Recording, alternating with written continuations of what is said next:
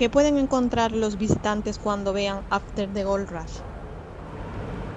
What can they find? They can find, this is about 10 years worth of work of mine from the last 10 years. So it's a real sort of mix of paintings coming together. I sort of think of it as a sort of family reunion of family members that have never met. So it's, there's not one set narrative. It's sort of, there's many different stories coming together, creating a sort of free associative narrative of stories to come together and for the visitor to come and create his own story or interpretation. ¿De dónde parte la idea para desarrollar sus obras? Well, many times there is no initial idea. The work really comes from an intuitive place. So I begin a painting working from intuition and the subconscious. So the idea is developed as I am working on the painting. And funny enough, eventually there's these reoccurring themes of community, of isolation, of the city, of nature as refuge, of this relationship between nature and the city. Yeah. ¿Qué importancia tiene el color en sus paisajes? I think color is a crucial element of my paintings, even though the color is also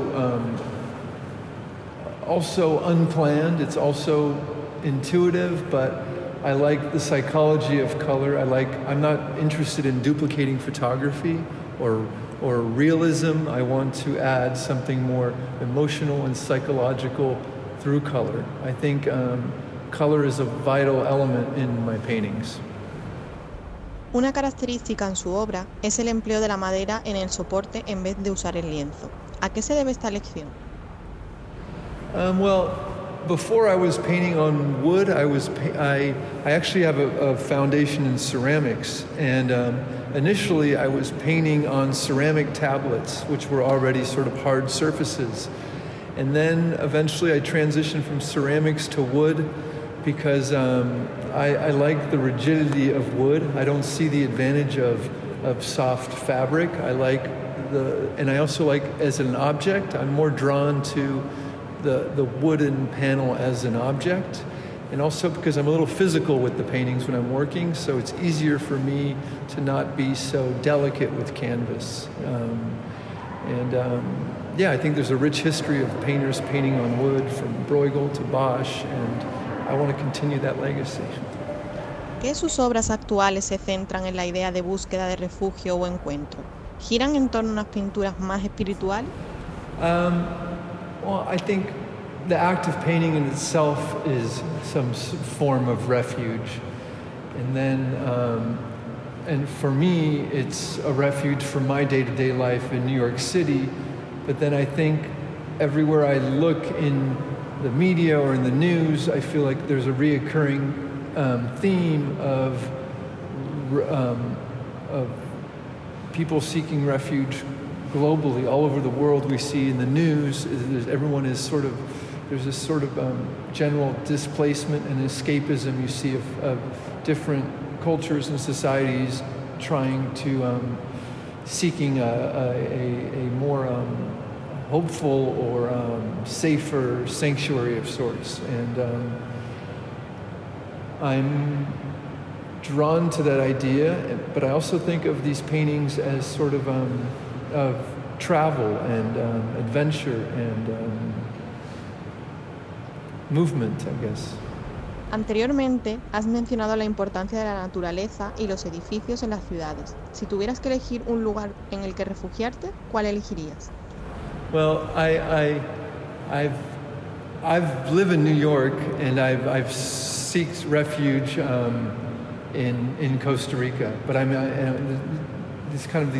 the big polarities of New York, which is really the grid and the straight hard angle, and then nature, which is purely organic. So I like to sort of I like the dichotomy and the polarities of these two, and I'm sort of I'm living in both worlds, and I'm interested in both worlds, and the contrast of both worlds, and the primitive of nature and the intellect of the city,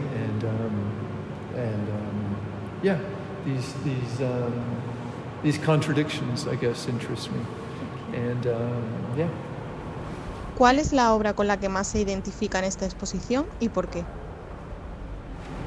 There's many paintings I love, but maybe one of my favorite paintings here is maybe Dried Up, the empty pool scene. This is possibly one of my favorite paintings in the show. I mean, I think there's a long history of painters painting pools. It's an attractive, seductive image. Obviously, David Hockney is sort of the master of the pool scene, but I wanted to update the pool scene, like the idea of the pool as this idyllic scene, but I also like the idea of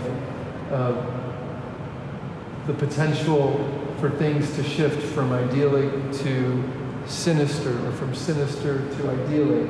But I also like this piece because it combines both elements of nature and then the grid, or the geometry, or the rigidness of geometry, or these confined spaces we create. So I like these sort of two inner worlds intermingling, and yeah, the hard angle and the loose primitive nature, and yes, what happens when these things combine or collide together. Similar to Dried Up, the pool painting, this also has the reoccurring image of the grid or the urban, like the pool, and then nature. Again, it's these ideas of, this painting is called, are you an insider or outsider? Meaning, are you inside or are you outside? I live in New York City, but I also am slowly seeking refuge in Costa Rica. So I live this sort of duality of these two lives. I like the idea of, are you walking into the city or are you walking away? And also I like this idea of being able to sort of literally enter or walk into the painting, like I'm kind of providing this path to walk in or to walk out of the scene. This was made during COVID also, so I thought it was maybe a good moment to maybe not include figures. Most of my paintings always sort of have figures in them, and I thought, well, we're in a moment now where everyone is in their little boxes and seeking refuge in their boxes, and then maybe also giving us the possibility to walk away from this and to go into this world versus this world. And then the ocean world, which is the nomadic traveling world, and then the urban world, and then the natural